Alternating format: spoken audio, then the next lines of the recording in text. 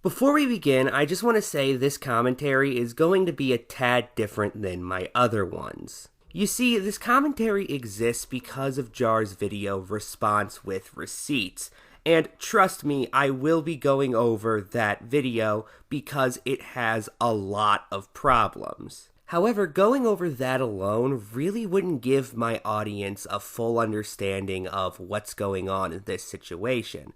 So I'm going to discuss some other things as well. All of this started back in October of 2024, when Jar released a video on the topic of a predator by the name of CineBear03. The video has since been taken down, however a re-upload of it exists, which is what I'm going to be using for the sake of getting the footage I need to make this commentary. The video is divided into two parts, the first of which goes over the situation in general, and the second one is an interview with Cindy herself. Although it should be noted that what's played in Jar's video isn't actually the entirety of the interview. Lio Convoy has uploaded the full unedited call Jar had with Cindy, along with the original draft of Jar Cindy's video, where he's much more critical of Cindy, and a couple other calls into one giant video. And I will be referencing all of that as needed. By the way, for those curious about the original draft of the Cindy video, although I certainly do find it better than what we ended up with, it still overall is, in my opinion at least, a rather boring end product. Again, that is certainly far superior to what Jar eventually uploaded. However, on its own, it doesn't really have much value in my view. Going back to the interview, I should also note, Jar didn't just edit out, say, personal information or anything like that, or a physical disability that Cindy had, which, when Jar first heard about, he reacted like this. I don't want people knowing that. We'll get more into how Jar conducted himself during this interview as the commentary goes on. However, I do not find it to be the most appropriate, to say the very least. Which, in the interest of fairness, I should make it known, is a notion he expresses agreement with in his Response with Receipts video, where he calls his conduct in this interview unprofessional. As for the way I interviewed Cindy, I have no excuses for myself. I was completely unprofessional with how I handled that interview. Instead, he removed a lot of things which caused the call to sound like a disjointed mess without them. Take this part, for example. Here's how it's shown in Jar's video. So, Cindy, let me ask you something. Are you, you're straight, right? As far as I'm aware. Yeah, now I'm straight too. No, sorry. Eno is a female, correct? I got the names mixed up. Wait, he mixed up names? When did that happen? Well, that's explained in the unedited version of the call, which also sees Jar saying why he believes this question to be relevant. So, Cindy, let me ask you something. Are you, you're straight, right? As far as I'm aware. Yeah, now I'm straight too. If I was going to groom someone, I don't know. I would probably groom someone who was, the gender I was attracted to and not the gender I was attracted to, because, like, you were talking, as far as I'm aware, Cindy is a female, correct?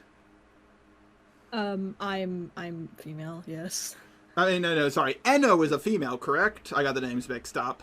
And now the flow of conversation makes a lot more sense. Now, the point doesn't, because that's not how predation works. Psychology Today has a very good article going into this, but essentially, predation is the result of a desire for power, not sexual attraction. The article also notes that the purpose of predatory action is not to have a relationship with the person being preyed on, which makes statements like this one from Jar. Yeah, and at least from what I can tell from the messages, there was no indication from on my end that you were trying to get with a 14-year-old romantically. Not even remotely relevant to the conversation. But back to the video I'm actually supposed to be covering. As already mentioned, It's split up into two parts, and both have their fair share of problems. The first part has this weird obsession with the fact that Jack, also known as Birdie, made money off of this situation, with Jar zeroing in on the fact that Jack made a GoFundMe shortly after this began that he encouraged people to donate to in the original draft of his Cine video, by the way, and even said a large chunk of the ad revenue he got off of said video would go to the GoFundMe. Number 2, this video is going to be monetized. I'm only going to use some of the money to pay the thumbnail artist and the editor of the video, but the rest of the money will go to Jack's GoFundMe to help them with their situation. If you would like to donate to the GoFundMe yourself, a link to it will be down below in the description and the pinned comment. No, I don't know what caused Jar to change his mind on this topic, nor do I really think it matters. I only truly bring it up because Jar makes such a point to discuss it in this video, despite it only getting one recommendation originally. This isn't even the only example of something like this happening, by the way. Jar talks about some risque animations Cine made as a minor, involving the MLP character Scootaloo. In Jar's draft, he treats this as a warning sign for Cine being a predator. I mean, the signs were there in public for years. Just take a look at her channel. There are tons of videos where she would make suggestive animations of a minor character from My Little Pony. By that I mean Scootaloo isn't a minor character from My Little Pony, but that she's a minor character. She's underage. That's the point I'm trying to make. Now granted, she was a minor when she made these animations. But the thing is, she was a Coomer back then, and she's still a Coomer now. Only to pull a complete 180 and call it not that big of a deal in the video he uploaded. Just take a look at her channel. There are tons of videos where she would make suggestive animations of a minor character from My Little Pony. By that I mean Scootaloo isn't a minor character from My Little Pony, but that she's a minor character. She's underage. That's the point I'm trying to make. Okay, this is cut and dry. She's guilty. But the fact of the matter is, she made those animations when she was a minor herself. A lot of these inappropriate animations of Scootaloo are over 7 years old. Cine just turned 21, so back then she would have been 14. Maybe this is just me, but I don't believe 14-year-olds who drew inappropriate pictures of characters around their age should be canceled years later when they are an adult. So somehow this went from a red flag for Cine's predation to nothing all that important. Also, who was trying to cancel Cine for these animations? The entire controversy revolved around accusations of her being a predator. I'm not saying that nobody is criticizing her for making these animations. In fact, I just saw somebody do exactly that, funnily enough. However, they are not the central focus of the controversy being discussed. It gives the impression that Jar started at his conclusion and worked backwards more than anything else. Surely these videos are either problematic or they aren't, right? Even if Jar doesn't believe them to be a red flag for predation in the video where he's arguing Cine isn't a predator, he still should be able to view them in a negative light, shouldn't he? Although, what do I expect from the man who said he didn't know anything about the Birdie drama? If you know the user by the name of Birdie within the animation meme community from years ago, a drama I actually made reference to in my last video, which I to this day do not know anything about, only for him to go on and make a specific statement about the Birdie drama, again, which he just said he knew absolutely nothing about. Now you might have heard of the Birdie drama, back when they were bashed by the ArtCC for seemingly no reason. But let's get back to the GoFundMe, which, as Jar notes, had the goal of $10,000. Like, I can't be the only one who thinks it's weird that Cine allegedly groomed a 14-year-old, and Jack somehow makes it about itself and gets $10,000 in donations. Like, what? How does that work? If that's the rule from here on out, Professor Dreadlock has been messaging minors inappropriately. Now give me $10,000, please. Now, I'm not going to discuss if that was the best course of action on Jack's part, because ultimately, it doesn't actually matter. Cine's guilt is not based on Jack handling the accusations the absolute best. It's based on evidence which shows Cinny to have engaged in predatory actions. Jar goes on to talk about how Jack doesn't have a job and is on Social Security, a topic so important to him that he felt the need to ask Cinny about it during the interview he had with her, which we will be getting to later, by the way. And I'm just sitting there thinking, again, what the fuck does that have to do with if Cinny is guilty or not? And this is a constant theme of this part of the video. At one point, Jar wonders why, if Cinny is such a danger, Jack did these specific actions. By the way, I just realized this. Jack thought Cinny was a threat to children, so why didn't they call the cops? If I thought Dredd was a threat to kids, you can bet your shiny metal ass I would call 911. I guess asking for money was more important than protecting children. And again, I'm forced to wonder what this has to do with the accusations against Cinny. If you want to criticize how Jack handled this, fine, make it its own video. Or at the very least, do more to separate it so it doesn't appear like you're trying to connect these two things. Bringing this up and trying to connect the two makes about as much sense as arguing, say, that the mishandling of the Nekopan grooming situation serves as evidence that actually she was innocent. Or maybe sometimes people just don't make the best decisions. Is that really so unbelievable to you, Jar? Mind you, I'm only extrapolating that Jar is using this as an argument for Cinny's innocence. However, if this really is just an unrelated thought, again, it should have been separated much better, because it's clearly framed as another reason to discount the accusations. And by the way, what was with that mention that Jack used its pronouns? Guys, Jack is a person with autism and BPD, and they grew up getting bashed by the entire internet. You know, in that situation you know nothing about. And yeah, I also noticed him mentioning some mental disabilities that Jack has, without showing any evidence Jack has them, by the way. Just want to point that out. As if that has anything to do with Cinny's aforementioned innocence or guilt. You do know Jack isn't the one who made these documents, right? I mean, I assume you would, given you specifically make note that Jack was the reason these accusations blew up, but wasn't the person originally making them. As they were living with one another, someone made a document accusing Cinny of doing very bad things with minors. Jack called Cinny out for this, it made a video, the video absolutely blew up, and tons of people also made videos on Cinny. And yet, Enno's mental well-being is never speculated on. Enno's ability to understand the world around her isn't discussed.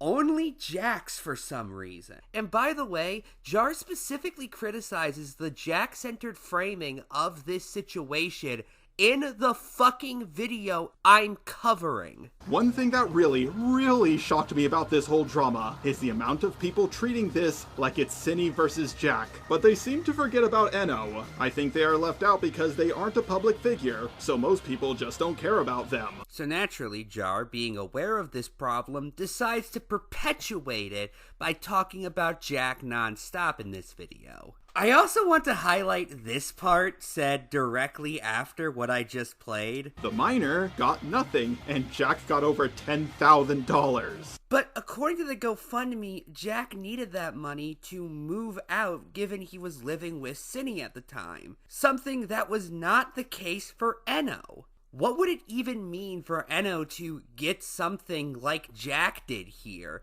Your point doesn't make any sense because Enno and Jack are not in equivalent situations.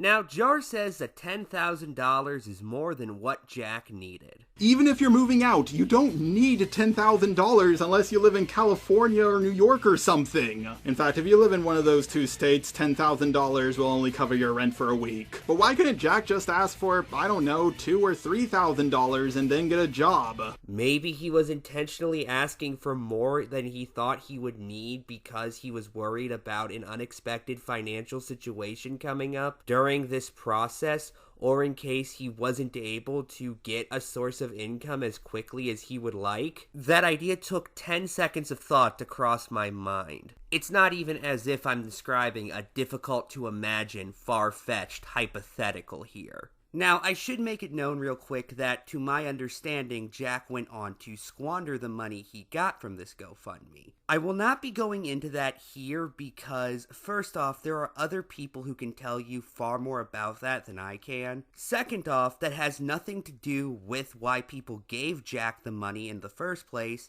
And third off, why people gave Jack the money is unrelated to if Cinny is guilty or not. And if Cinny is guilty is the question Jar's video is supposed to be answering. Which more than likely had an effect on its development. Oh, and also they go by it pronouns, which is not a normal thing, even by trans standards. I'm just gonna go out on a limb here and say that it's best not to take it at its word and give it over $10,000 in 3 days. Now, ideally you shouldn't take anybody at their word, especially when it comes to such serious claims.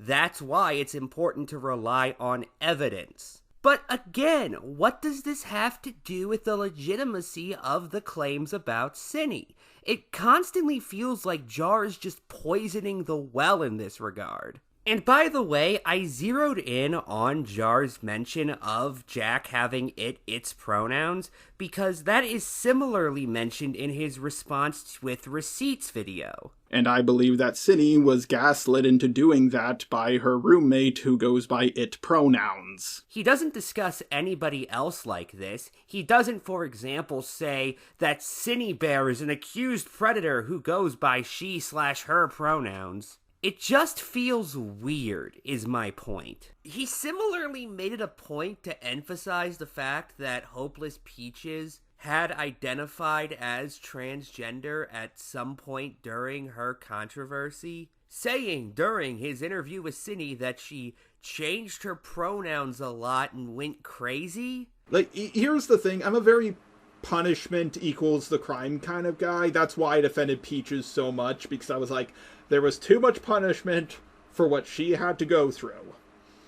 And then they changed her pronouns a bunch and went crazy. While similarly questioning if Peaches actually had gender dysphoria because they got it as soon as they got into controversy. Like, I was rolling my eyes so much when Peaches all of a sudden was experiencing gender dysphoria right when this stuff came out about them.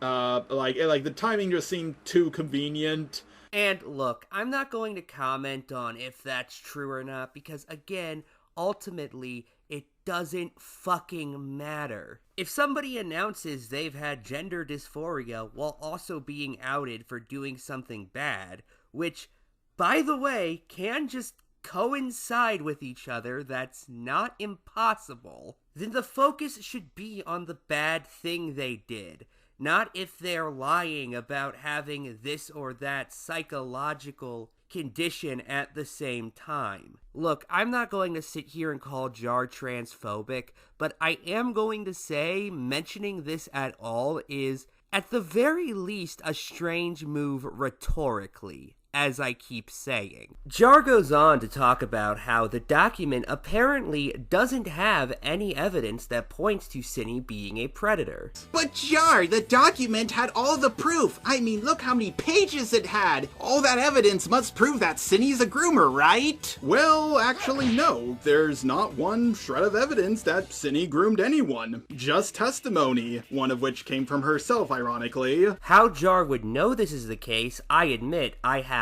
no idea, given he later admitted he hadn't looked over the documents carefully at the time of this video and was planning to do so on a later date. My roommate was also on a business trip and coming home on Saturday. I was planning to look over both docs with him very carefully. I have the worst case of dyslexia in the world, so it's very hard for me to do that myself. But this begs the question of how exactly Jar would know that the document is only testimony if he, by his own admission, hadn't looked at it carefully. And by the way, Jar's claim of it just being testimony is wrong. For it to just be testimony, it'd have to be nothing more than people talking about what they allege Cine to have done without any evidence. Even looking at the two documents this video is primarily based on, the Addressing Cinebear 03 and CineDocs, they're absolutely loaded with screenshots, which, even if you don't believe serve as evidence of predation, clearly mean the claims are more than mere testimony. This is something Jar acknowledged earlier on, for fuck's sake. There are two docs that compiled all the evidence of what Cine did. The first one has 111 pages. It's 111 pages long! You're kidding me! You're kidding me! Sure, it's long, but it's mostly just screenshots. The 14-year-old also made their own doc, and it's, oh god, 188 pages long. 188 pages? No! No! No! No! No! No! No! No! But it's almost entirely just made up of screenshots, so it's not as long as it may seem at first. Of course, this information makes this line from Jar's original video on Cine Unfortunately, the doc is so long that most people didn't look at it in its entirety. a special kind of infuriating because Jar, by his own admission, didn't look over the document in its entirety. The same goes for this part, by the way. Because let's be honest here, most people aren't going to go through two massive docs. This also means this statement during the interview with Cine is just factually incorrect, by the way. I looked at the first doc. I desperately looked all over the first doc. Because no, he fucking didn't if he admits to not having looked over the document in question closely. While on the topic of things that Jar said in his response, which actually contradict what he said here, I also want to note that he begins his video on Cine by saying everyone else rushed out their videos. Unlike everyone else who rushed out their video on Cine, I actually reached out to her, and she agreed to do an interview with me. Which, by the way, according to the interview Jar had with Cine, 2 other YouTubers had reached out to her. I'm a little thrown off that, like, the commentators aren't, like, looking at that. Actually, that's something I've been meaning to ask you. Aside from me, has anybody reached out to you?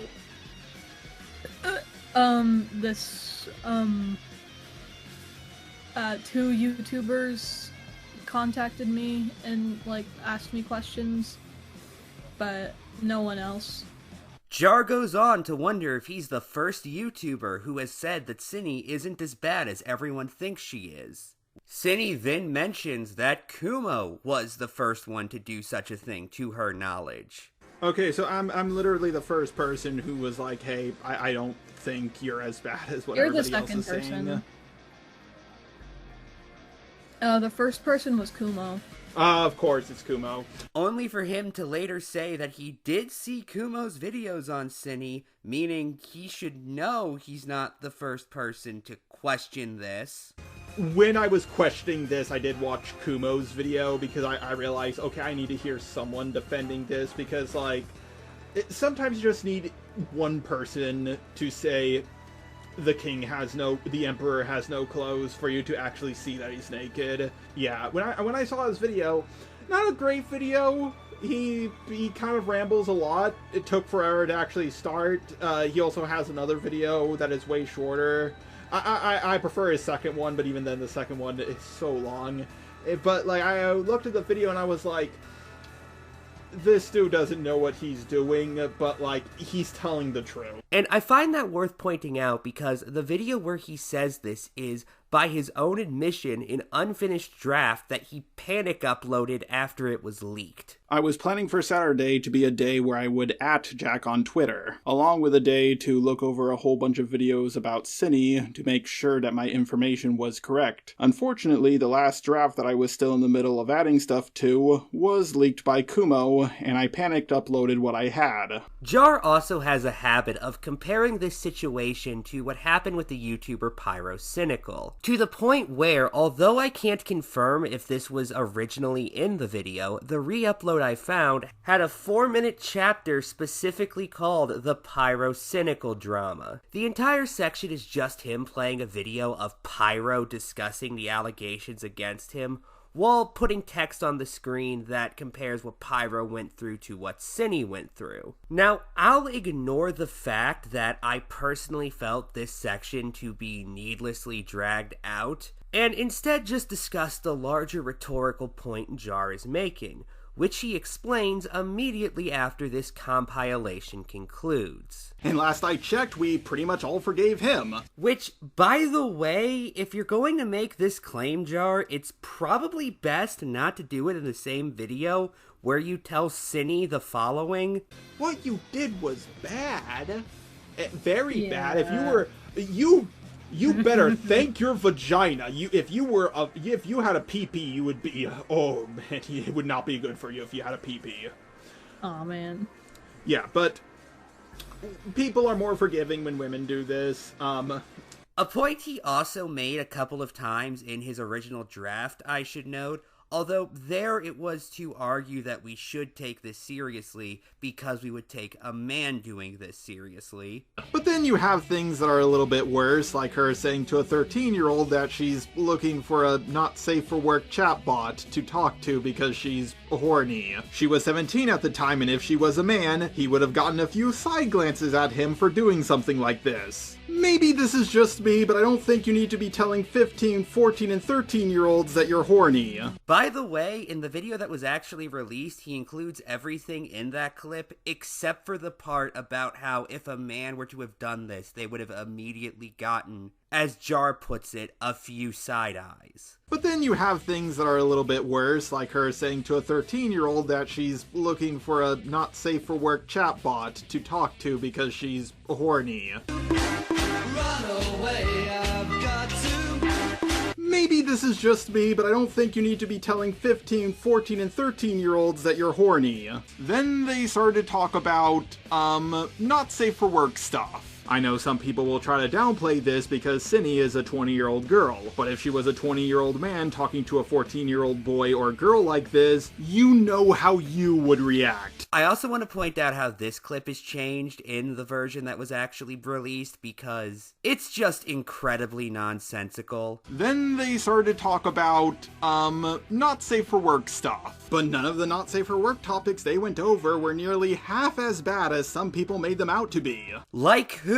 I'll get more into this later, but Jar has a very bad habit of gesturing at people who disagree with him without actually telling his audience who they are. Like, some of this quote-unquote not safe for work stuff includes lyrics from the song, "I like big butts and I cannot lie." I heard that in the Shark Tale movie. I like square butts and I cannot lie. Hey, boss, big butts. Ay vey. So I'll ignore him citing a movie that only really got the rating it did because it's about underwater fish, even though if one actually looked at the content, said MPAA rating would not be given to the movie under any other circumstances. And don't say that this is just a kid's movie and I'm thinking too deeply about it. If this story wasn't animated fish, it'd probably be rated PG-13. This is a story that's point for point a rip-off of The Godfather, which is not a kid's movie, with on-screen deaths, someone brutally getting hit in the head with an anchor, complicated relationships between stupid people. Oh yeah, and attempted murder. While also switching out the audio from Shark Tales with a commercial that drew controversy because people feared it was too sexual for something aimed at children. In 2009, Burger King had a SpongeBob-themed advertisement parodying Sir Mix-a-Lot's song Baby Got Back, where the Burger King sang "I like square butts" while models danced behind him. The ad drew controversy from the Campaign for a Commercial-Free Childhood for being sexist and inappropriately sexual. Second off, you weren't being sent that by the creator of Shark Tale, so immediately that's a bit of a weird comparison.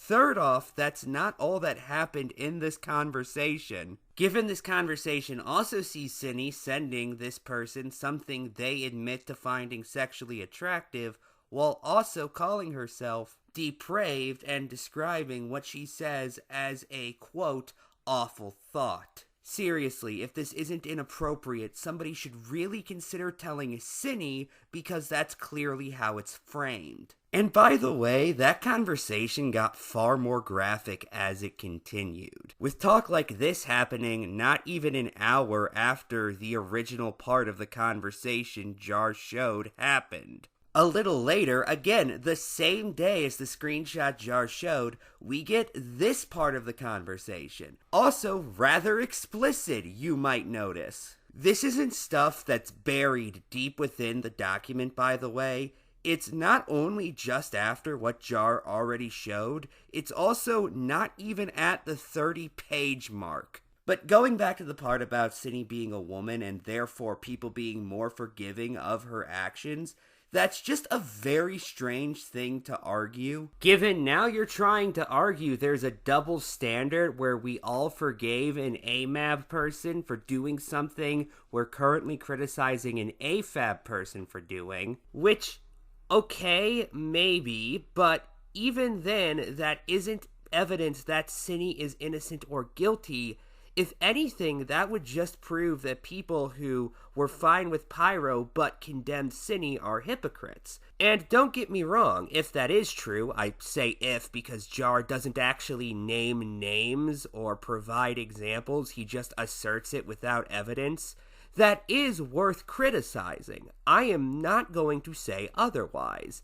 However, that doesn't mean that Cindy isn't guilty. You do understand that, right? For point of comparison regarding how something like this could be better executed, look at, say, some more News' video on the topic of conservative hypocrisy. Here, Cody Johnston does something very similar to what Jar does, where he discusses the disconnect between people claiming one thing as grooming but not the other. In this case, it's taking kids to certain drag shows versus taking them to Hooters. Now, first off, Cody does actually give examples of people saying this. But sure, how about an adult-themed drag show? Should you bring a kid to one?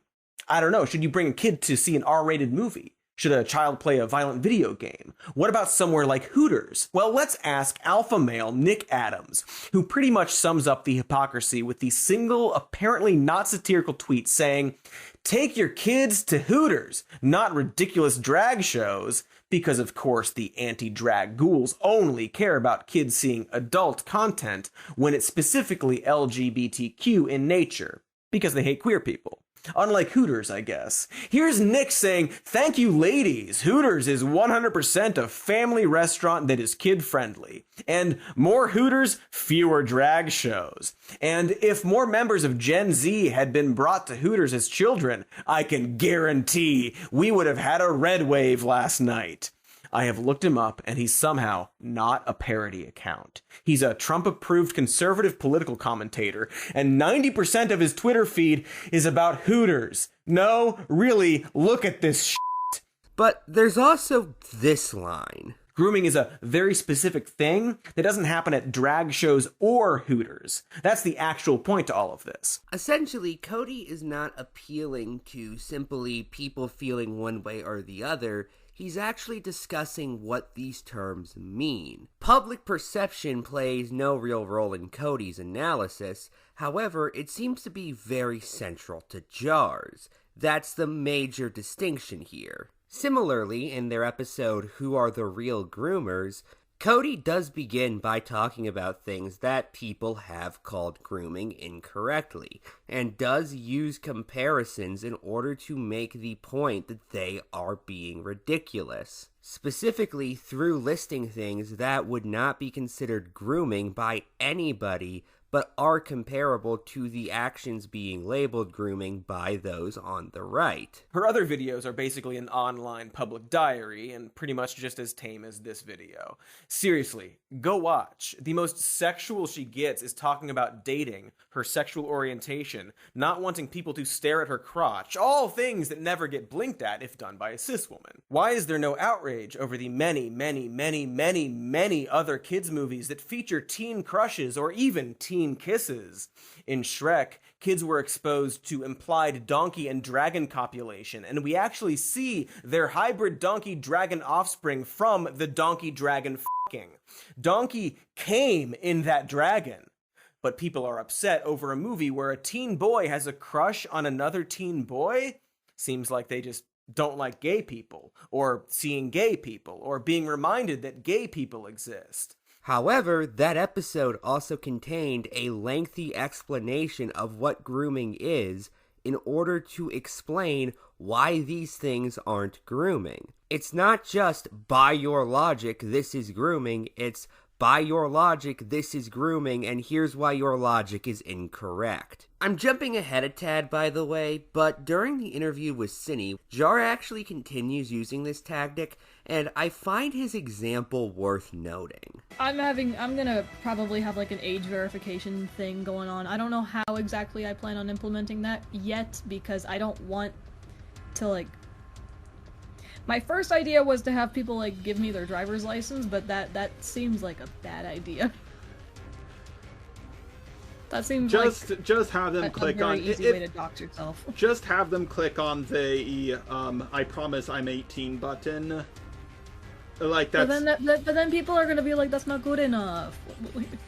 Tell them to make videos on Pornhub instead of you. Then Jar, people have criticized Pornhub specifically for this, though. The year before your video came out, there started to be a massive push to get Pornhub to start doing better verification on people who view their content by certain state governments, leading to a battle that still goes on to this very day. Similarly, after the aforementioned discussion of animations Cine made when she was younger, Jar goes on to say the following. If you're gonna cancel Cine for this, then you better cancel everybody else in the animation meme community. To which my response is, okay, maybe we should. I don't fucking know. I don't know shit about the animation meme community.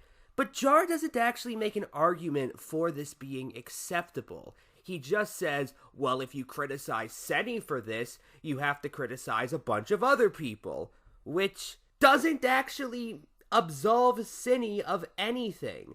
Again, the most you're proving is maybe some hypocrisy on the part of a few of her critics, but you need to actually back that up, which Jar doesn't do. And by the way, he does go on to specifically acknowledge that people can exist who object to both Cine's actions and what he's describing. You can have a problem with this. Hell, you can demand that these videos are age restricted, but you can't just cancel Cine for this and give everybody else a free pass. But if that's the case, again, what relevance does this even fucking hold? We aren't talking about the animation meme community in general, we're talking about Cine specifically. Who the fuck is giving everyone except Cine a free pass? Can I have some names, please? The video goes on and on like this, by the fucking way. The next thing Jar does is compare it to animes he saw as a kid. Plus, a lot of this stuff is no more inappropriate than things I've seen in animes like Fairy Tail and Naruto. As if there isn't an obvious difference between seeing something made by a person without them being present and coming across that same content in a location where they are in proximity to you. Also, again, what the fuck does this have to do with if Cine is guilty or not? He fails to grasp the difference later on, by the way, when he says the following regarding Cine posting some gore art. She would also post gore and say inappropriate things where minors as young as 14 were present. Sure, this isn't good, but it's nothing that would get you that much backlash. Personally speaking, I went on LiveLeak a lot as a kid, and I saw some very gory stuff. Jar, if you are going to LiveLeaks by your own volition, that is not the same thing as that content being posted in a server, especially one that, best as I can tell, is not based around this kind of content. I'm not even discussing the morality of what Cine did here. I am just pointing out that what you are describing is completely different. One sees a person actively seeking out this content, the other doesn't. That is a massive difference right there. But what about the inappropriate pictures, like her sitting on a pile of sand corpses while hugging boy? Is hugging porn now or something? There's also pictures of her in boy and bunny outfits. Woo, so scandalous. None of this stuff is actually hardcore corn. It's just softcore corn. First off, no it's not. That is just not what that fucking word means. Second off, you just contradicted yourself. Given apparently the answer to your previous rhetorical question is yes. And by the way, the answer is no. I want to be very clear. Jar just really fucked up this argument. Jar is also just really obsessed with the idea of comparing this to other situations. He specifically knows that this reminded him of what happened with Pyro, Spocter, and Peaches, and that something just didn't feel right. At first, I thought this was pretty cut and dry. You got accused, docs were made, there's so much evidence in the doc, they're so long, you must have done it because you admitted to it. So I was working on my video and then I thought, I just had that feeling, the same feeling I got when the Peaches drama started, the same feeling I got when the Spocter drama started. It's that feeling I get in the back of my neck that just tells me something's not right here. And I thought about it, I was like, Cosmodor did not admit to grooming until it was too late. Neither the EDP to this day has not admitted to doing anything wrong. Groomers don't fucking admit to it. So I thought to myself, why would she admit to it? I can't even think of a single groomer who just flat out said, "Yep, I did it." And then I started thinking maybe I should reach out to you and have a chat with you. So what you did was inappropriate. You shouldn't have done that, but I don't think you're Cosmodor level. You get what I'm saying? I wish to remind you all, the point of this section is supposed to be to see Cinny responding to this situation. However, Jar is essentially telling her all the different defenses she could use. Right there, he just mentioned the idea that groomers don't confess to their actions, which, even ignoring the factual accuracy of that claim, which, by the way, funny you use the example of Cosmodor, Jar, given Cosmodor later just openly embraced his reputation as a predator, even making his Twitter status proud groomer at one point. It's just not an appropriate comment to make in a situation like this. I don't feel like I'm actually viewing a serious attempt at examining the situation. I feel like I'm watching Jar just ask Cinny why she's so goddamn innocent. Okay, you know how the only interaction we had ever was when I commented on your Spocter video? Yeah. Okay, in that video you said you were moving in with Birdie, and like, when I heard you bring that up, I was like, haha, well this is going to be entertaining in a year.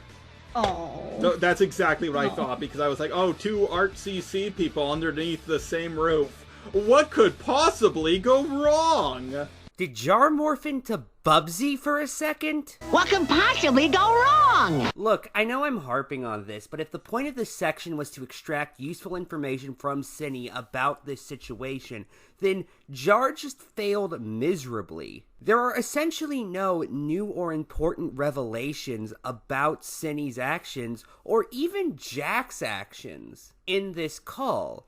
It's just a bunch of them going back and forth. Jar talking about how it's obvious she didn't do anything wrong and how it's such a shame nobody else was willing to do what he did, and Cinny agreeing. And none of this would even be such a big deal if it didn't go on for as long as it fucking did.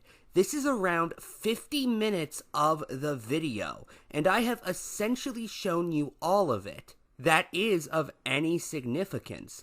And might I remind you all, this is the cut down version that Jar put in his video I'm talking about, not the full thing. But at that point, it's genuinely worth wondering what exactly was the worth of including this in the first place. Just to show that Jar talked to Cinny? Well, congratulations. He got absolutely nothing worthwhile from doing so, and in the process, looked like he had no idea how to properly interview somebody with such accusations surrounding them. And the reason why this is such a big sticking point, for me at least, is because I do actually think this is somewhat worthwhile. I do believe interviewing the accused is occasionally worth doing. However, you have to have a solid understanding of how to do such things, and Jar clearly does not. It's also worth noting there are several parts where Jar might stumble upon an actually really worthwhile lead only for him to totally ignore it. Take this part as an example. And this is, like, the important question I want to ask you. What, like, pushed you in to, like, saying, like, hey, guys, I'm sorry, I groomed a minor, I'm leaving my channel that I've worked so many years on because of, Jack. So what was the thought process there? I had, like a thing in my head where I was just like, well, this is what, like, seems like the best option, just to keep everyone happy and safe, I guess. It was mostly me trying to earn back Jack's trust by being open and honest with the people, like, with my own audience. But you weren't honest with them. You said you groomed someone, and I don't... I thought I did. Now, an actual competent interviewer who seriously wants to discuss this situation might, hypothetically, push back on that and ask Cinny things like, well, why did you think that? And why did you change your mind? Jar doesn't. Instead, he chooses to just go on to something completely unrelated. Now, the unedited version of the call is largely more of the same. However, there are a couple of key differences here and there. For example, it sees Jar discuss how he has a folder dedicated to all sorts of ArtCC people. Since I never interacted with you, I actually don't have anything in your folder. Sorry. What about a folder? Oh, okay, you don't get it. Okay, so do you know about the DC comic Tower of Babel?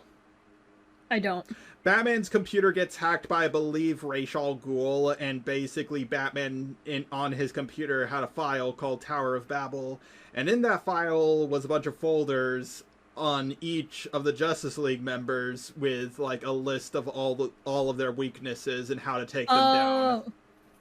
Yeah, I have that, but for ArtCC people.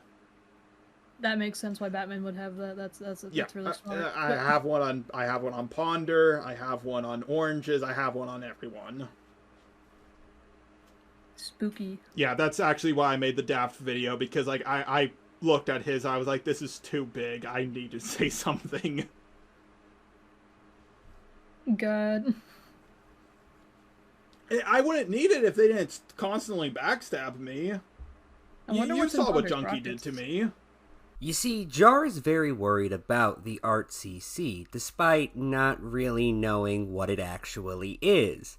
There's one point in his response with receipts video where he says the following. Basically, just before VidCon started, I showed off my new thumbnail for my Spocter video. Obviously, it had an EDP joke in it because, well, I love making jokes about EDP. Bro is the most exposed man on the internet. And Spocter had the nudes of a 13-year-old on his flash drive, and EDP went to go meet up with a 13-year-old. So that was the thought process behind the joke. People in the ArtCC had an issue with this, and eventually I came to the conclusion that the problem was that people would come across this thumbnail and immediately assume I was comparing him directly to EDP, so I decided to change it. Now granted, they don't seem to have the same problem with other clickbait titles and thumbnails about me. Jar, best as I can tell, exactly 0 of these people are in the ArtCC. And it's not as if he links these videos in his description so we can double check who created them. So the only thing we have to base this notion off of is his word.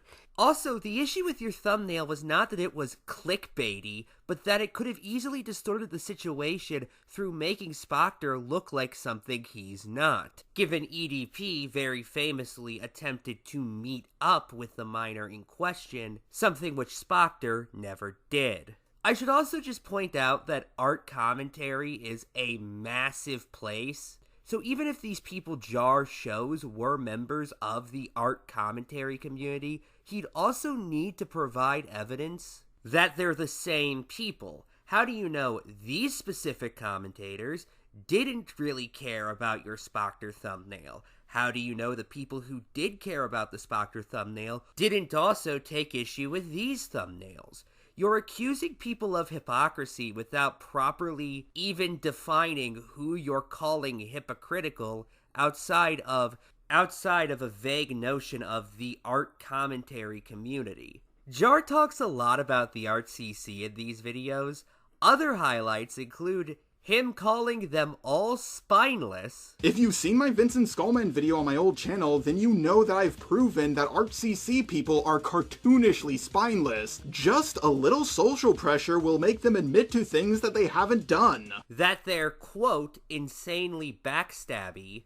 Well, that's why I hate ArtCC people. They're insanely backstabby. Like, insanely so. Like, you can't be friends with them. This, by the way, was in response to something personal of Cinny's being leaked to the public. It sucks because I was crying to Jack about it, and Jack, like, understood how much it upset me that in particular was leaked, and now he just doesn't give a shit. Which neither of them actually managed to successfully tie back to the art commentary community. This is Cinny saying this and not Jar, but when Cinny calls the community predatory, Jar does nothing to push back on that. Ultimately, we have one common enemy, and that's the ArtCC and how they manipulate people. Like, they seem all nice and wholesome, and then they suddenly... No, yeah, I think the art commentary community is, like, extremely fucking predatory. Like, I thought that even before, like, all this shit happened to me. This is after Jar takes a minute to say that people in the art commentary community shouldn't move in with one another because I guess he's under the impression that's important. Like, why do you guys keep getting in this situation? Kai and Omnia move in together, it's a whole mess. You and Jack move in together, it's a whole mess. Anytime... I don't mean to sound bigoted, but anytime you people move in with one another, it doesn't go well. I mean you people as in... ArtCC, this corner of the internet kind of people. Autistic gooners.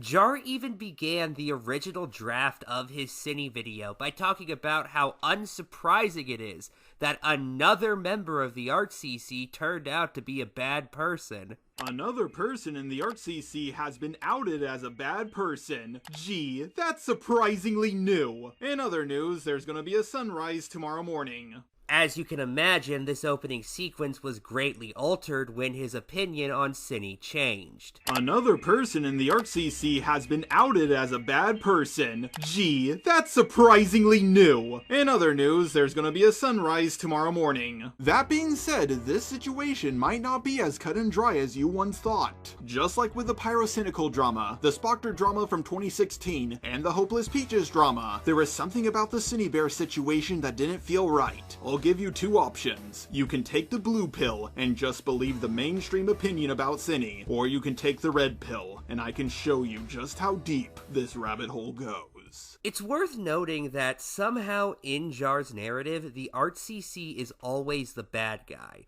If Cinny is guilty, then it's just another example of a member of the ArtCC doing something horrible. However, if Cinny is innocent, then it's the big bad ArtCC calling an innocent woman a groomer, even though, yeah, she made some mistakes, but she didn't quite go that far. It's a fucking Kafka trap, and no matter what happens, somehow Jar can always find a way to make it so the amorphous blob, known as the art commentary community, is always the people in the wrong. He goes on to say that the ArtCC just calls people racist, sexist, homophobic, transphobic. Well, that's what the ArtCC does. They control the narrative. They say you're going to be sexist, racist, ableist, transphobic before your video even comes out. They always do this shit.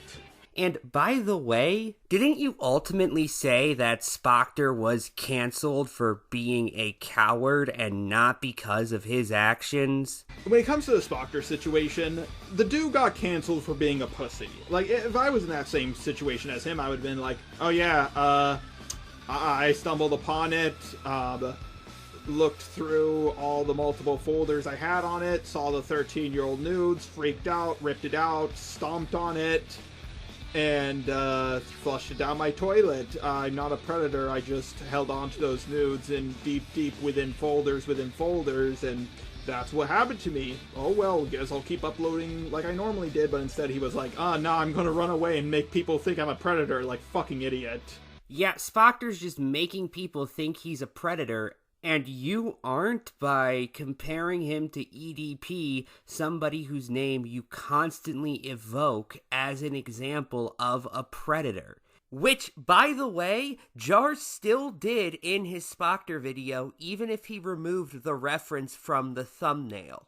I know. And that's all this is, because you guys know I'm a stupid fucking idiot, and I do horny shit. Yes. But I'm not a fucking pedo. And I know I'm not a pedo. Wow! EDP said the same thing! Also, what good would it have done Spoctor exactly to talk about this publicly, given you say this about him in your video on him? Especially after I turned 18, I was like, I had the drive. It was like sitting on my counter, and I looked at it and I was like, why do I still fucking have this?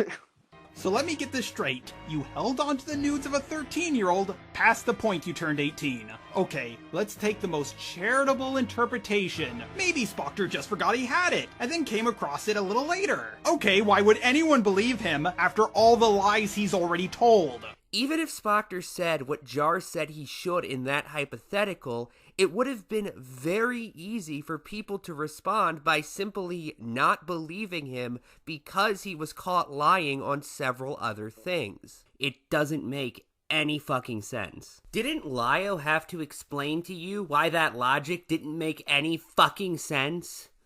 Some of the things you said in other videos, Jar, like, so dog. What you said in that call was Cinny. Like, why did you even do a video on Spoctor? Like, if you didn't think what Spoctor did was all that bad, why'd you even do a video on him? Because, you heard what I said in my video. I was like, please don't run away. Just, talk about the situation around you. Because, and I'm not saying what he did wasn't bad. I'm just saying we didn't have confirmation on it, and he just ran away, and I was like, oh my god, he could have defended himself. Why didn't he? Because we did have confirmation, Jar. He admitted it in a call that was recorded without his knowledge, with friends he knew would back him up. Yes, he admitted to having the drive, but we don't know if he held on to it or just forgot about it. We don't know the context around it. That's... Jar, do you trust him to be honest? No, that's why I brought that up in my video. Well, thank you, that it's irrelevant. Okay, I can only put it off for so long. Let's actually discuss the response with receipts video that I was originally here to cover in the first place. Or at the very least, the parts of it I haven't already discussed. My main understanding of morality is that hypocrisy is the most objectable sin. As established by this post from the subreddit r/ChangeMyView, which, by the way, doesn't call hypocrisy the most objectionable sin, which here they're just using as a synonym for moral failing, but instead calls it and malice the two fundamental sins. And by the way, poking around this subreddit, I was able to find several people defending hypocrisy as a concept, because this is a massive subreddit where people post controversial opinions they have and ask others to debate with them. Now, I want to take a moment to note that Jar says some people say more than a Fox News anchor would. Seriously, take a look at this. Some people said I should have flagged or copyright strike down Kumo's video. I heard some people saying, oh, maybe he just talks to every woman like this. Some people have accused me of sending the chicken image to get out of sending my dick when someone says no to me. Now, some people have accused me of having a fart fetish from this image. Some people have even said that the person in the box is me. Yeah, Jar doing this whole leaving people unnamed thing is a habit he appears to have not quit. Here are some more examples. Well, if people are okay with Pyro doing this, then why aren't they okay with Cinny's actions? Okay, sorry to interrupt this little montage, but wait, they were okay with it? Jar, you said in your last video that people forgave him, meaning they felt the behavior was not okay, but didn't feel it appropriate to hold it against him any longer. You can't forgive somebody for doing things you're fine with. That's just not what those words mean. I saw how people flip-flopped on the pyro dramas. I can't believe people thought this was my attempt to sound sexy. People started believing that I didn't simp for Cinny, but I was simping for every woman I've ever talked to. But now all of a sudden, people are saying I rizzed up a pedo. At first, people said it was not only okay, but a good thing that Kumo leaked an early draft of my video before it was ready. But people seemed to start walking back on this claim once they realized that Kumo wasn't all there. People have claimed I cheated on my girlfriend by doing this. They claimed he only did it to keep me from uploading my video. I mean, he convinced people that leaking out my video was a good thing, and he convinced people that I was hitting on Cinny. The thing is, though, people would believe those things at face value because they're funny. Now, I want to be clear, I'm not even inherently saying Jar is wrong in any of these clips. I am making note that he has this very odd habit of relying on anonymous and unspecified people without actually telling us who the fuck they are. There's one part in this video where Jar says, in response to something related to Ponder Sprocket, that if he were a woman and Ponder was a man, people would be reacting differently. If the genders were reversed, what I did would have been seen as no big deal, but what she did would have been seen as a huge deal. According to who exactly? Sexist because Jar, judging how bad an action is based on the biological sex of the person doing it, is sexism. You know, that thing you told Cinny you wanted to be accused of in that interview you had with her? Like, if you do backstab me, please call me sexist. I'm tired of the racist stuff. Like, I want to be sexist now, okay? Call me homophobic. You know what, like, I could do that too. Like, here's the thing, I'm way more sexist than I'm racist. At least you're admitting to it. What do you know? You're a woman. Because, again, that is a very appropriate thing to say when interviewing somebody, apparently. Jar also references this clip while discussing the accusation that he was flirting with Cinny or hitting on her in some way. Which, for the record, I don't believe that claim at all, just to be clear. However, I do want to take a moment to note his logic. I also said this to her in our interview, which was the first time I ever had a call with her. Jar plays a clip I've already shown, I'm just speeding past that. I'm gonna be honest here, being sexist towards women, even if it's done in a joking way, is not a good way to get them to fall for you. Wouldn't the important thing be not if it is a good idea, but if you thought it was a good idea? If you were under the impression doing such a thing would work, it doesn't really matter if it would or would not, because the accusation is about attempts, not success. He also told Cinny this sexist joke. I mean, we've tried so many times with women. Like, we gave you guys the right to vote. 10 years later, Great Depression. Coincidence? I think not.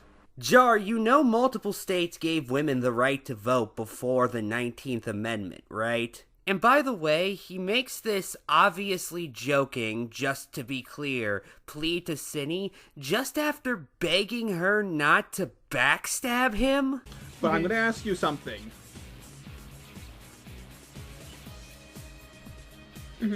Okay.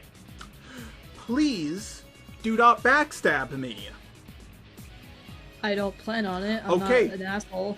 Okay, it's just, I have to ask that because it happens a lot. I don't know why this keeps happening. Hey, I'm going to help you through your drama. Okay. Oh, thank you, Jar. Oh, you're welcome, Peaches. Anyways, I'm going to go tell a bunch of people you're racist behind your back. Oh, this sounds great, Peaches. Oh, hey, Junkie, you want to... I'm going to help you out with Lulu Bell stuff. Oh, thanks, Jar. Anyways, I'm going to backstab you in the Toby drama and also call you racist. Now, I'm not even going to quip about how bizarre this is to talk about in an interview anymore because I think you all understand it by this point. However, instead, I'm forced to ask, Jar, why the fuck does it matter if she'll backstab you later? Now, don't get me wrong, being backstabbed does suck. However, you're talking to somebody who you're under the impression was falsely accused of one of the worst things a human being could possibly do. That should take precedent over if they're going to backstab you later or not. Also, just before this part, Jar told Cinny this. It's gonna be a hard uphill battle, but you know what? It was the same way for Hopeless Peaches. And since Hopeless Peaches made it out, I'm gonna help you out. And I'm gonna help you out through this. Okay?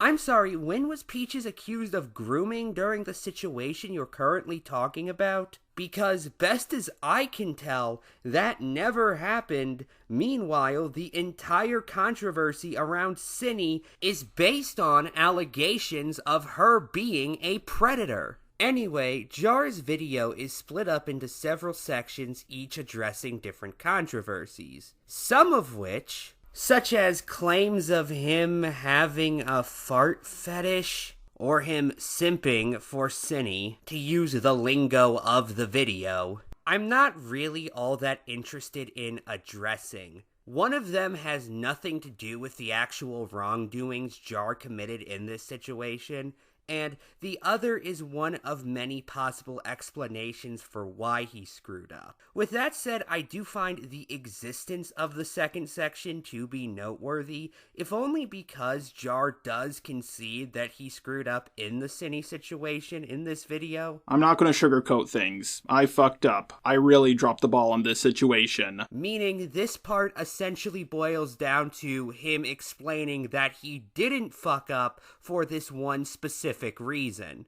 In general, I find this obsession Jar has with throwing in debunkings along with admitting to real wrongdoings to make this video a rather aggravating watch. At one point, he discusses accusations that he got somebody who was a minor at the time to make a risque drawing of Jaden Animations. By the end, he says this. However, I still made a mistake here, because whether she was 7, 17, or 70, I should have 100% asked for her age beforehand. But this is after he says things like that he believes one claim was put in the document specifically to make him sound as much like Cinny in particular as possible. I'm pretty sure this was just put in the document to make me sound as much like Cinny as possible. While also speculating that the other person involved in this document didn't write it of their own accord. Instead, Jar thinks it's possible that somebody else manipulated them into writing it, or even just wrote the entire thing for them. Which to me heavily implies that someone else wrote it for her. Or at the very least, someone manipulated her into writing the document in the way she did. And look,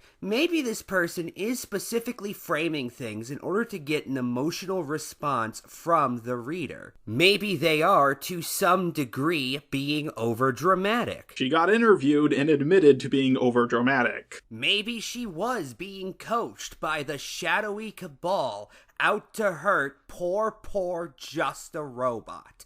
I will grant you that, Jar, if you answer the key question of, is the fundamental claim of this document true? It should be noted the document doesn't really attach any labels to Jar's actions, it just describes them. And it accuses him of directly linking this person who, again, Jar specifically notes is a minor and that he didn't check the age of, to Jaden Animations pornography. Jar does not so much as even mention this part of the document in the video for those curious. But he does show this screenshot of the messages he had with this person, where he outright calls what he received porn. But, I'm gonna be honest here. Once a video is out there, it's kind of out there. This section of the Lost Media Wiki would very much beg to differ. I came across as very arrogant in that video due to past success of going against the mainstream commentary community opinion and coming out on top. As seen by this Prison Mate Luke video uploaded long after he had left YouTube and not too long after he apologized for what he did on his channel. The video even fucking opened with Jar talking about Luke's apology and noting two YouTubers, those being Lio Convoy and Mally Malware, who were incredibly critical of it. He quit YouTube for a long time, but after a year he came back with an apology, and it didn't go over so well.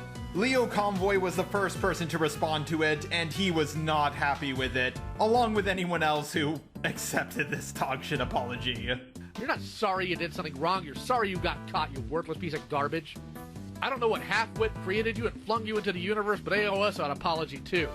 Peaches didn't deserve any of this. She didn't deserve the harassment, she didn't deserve the bandwagoning, and she certainly didn't deserve to be hounded currently by her so-called friends, stating that she should just forgive him and that his non-apology should be enough. Millie Malware probably did my favorite response to the video, really pointing out the major flaw with his apology, and that was, well, he doesn't apologize. So this is where the video somehow takes even more of a nosedive. Luke approaches something resembling accountability here. He really, really does, which makes it so much more painful that he just misses the mark. See, here Luke talks about what he should have done. Explain the situation, not run away, and apologize. And it's like, yes, this is great. Now you realize what you have to do. You're going to do those things, right? Right? But no. Instead, Luke goes on to explain he's done with the channel and the drama, and that if he does return to YouTube, it'll be wholly unrelated to this. But no, Luke, wait! You forgot the first steps! You haven't explained any of the situations, you haven't cleared up the misinformation that you're alluding to in this video, you haven't even apologized properly for any of the situations that you're talking about. You missed the important ingredient to the cake, and now there's a soggy burnt sponge in my oven. It's also kind of odd that you show this specific Daft Pina video, Jar, given that's the one you had to edit out a decent chunk of because you misunderstood a situation. Here's Jar talking about that. Originally, I did go over this on my second video on Daft, but I edited it out because, well, it was later pointed out to me that I went way too soft on Tina Fey for catfishing someone. I was mostly focused on the 2-year age gap thing, but the catfishing, yeah, that's inherently predatory. And because I couldn't edit out that part in a proper way without ruining the structure of my video, I just decided to edit out the entire Tina Fey section. That's why it used to be over 30 minutes long, to now just over 20 minutes long. I think this became less important as my drama started, but I might as well nip this in the butt right now. We need to nip it in the butt. Okay, did she just say we need to nip her in the butt? I was letting the YouTuber Zaid, aka Misanthropony, upload videos on my channel. He left YouTube due to threatening people he doesn't like on alt accounts and then lying about it. Zaid has never threatened anyone, at least not to my knowledge. He has wished violence on people before, but threatening someone means you are saying you specifically are going to do something, or at the very least lead to something happening. That's not the same as merely saying in abstract that you wish something terrible happens to another human being. Anyway, my final thoughts are essentially that Jar really screwed this up. I don't know what else I could say about this that I haven't been saying for the past hour. Good night, and good luck.